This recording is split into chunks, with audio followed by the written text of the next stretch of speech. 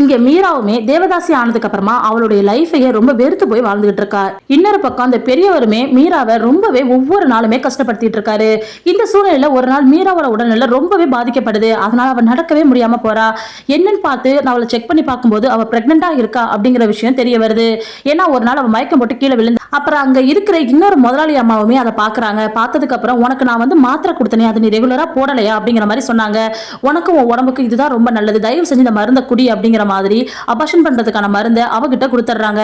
ரொம்பவுமே அவளை ரொம்ப கஷ்டப்படுத்தி வலுக்கட்டாயமா அந்த மருந்தையுமே அவ வாயில ஊத்தி விடுறாங்க. வேற வழி இல்லாம அவளுமே குடிச்சு அவளுக்கு அபாஷனுமே ஆயிடுது. ரொம்பவே வாழ்க்கையை வெறுத்து போய் வாழ்ந்துட்டு இருக்கா அவ. மறுநாள் மீனாவோட அப்பா அந்த ஊர் பெரியவரை பார்க்க வராரு. வீட்டுல எந்த ஒரு பொருளுமே இல்லை, நாங்க ரொம்ப கஷ்டப்படுறோம் அப்படிங்கிற மாதிரி அவர்கிட்ட ரொம்ப கெஞ்சி பொருள் வேண்டி நிக்கிறாரு. நாங்க சாப்பிட கூட கஷ்டப்படுறோம் அப்படிங்கிற மாதிரி. உடனே அந்த பெரியவருடைய பார்வை மீராவோட தங்கச்சியான அந்த சின்ன பொண்ணு மேல போய் விழுது. அப்பவே அவருடைய அப்பாவுக்குமே புரியுது, இந்த பெரியவருக்கு நம்மளுடைய சின்ன பொண்ணுமே தேவைப்படுது, விரும்புறாரு அப்படிங்கறத அவர் அப்பா வந்து புரிஞ்சுக்கிறாரு.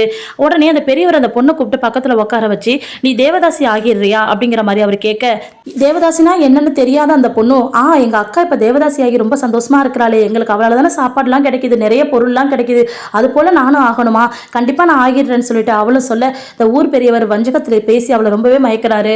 அவர் அப்பாவுக்கு என்னவே சொல்றதுன்னு தெரியாமலே நிக்கிறாரு. ஒரு கட்டத்துல ஒத்துக்கவும் செய்கிறாரு. இதே மாதிரிதான் அந்த சின்ன பொண்ணு இந்த தேவதாசி ஆகிறதுக்கு தயாராகிட்டு இருக்கிறா.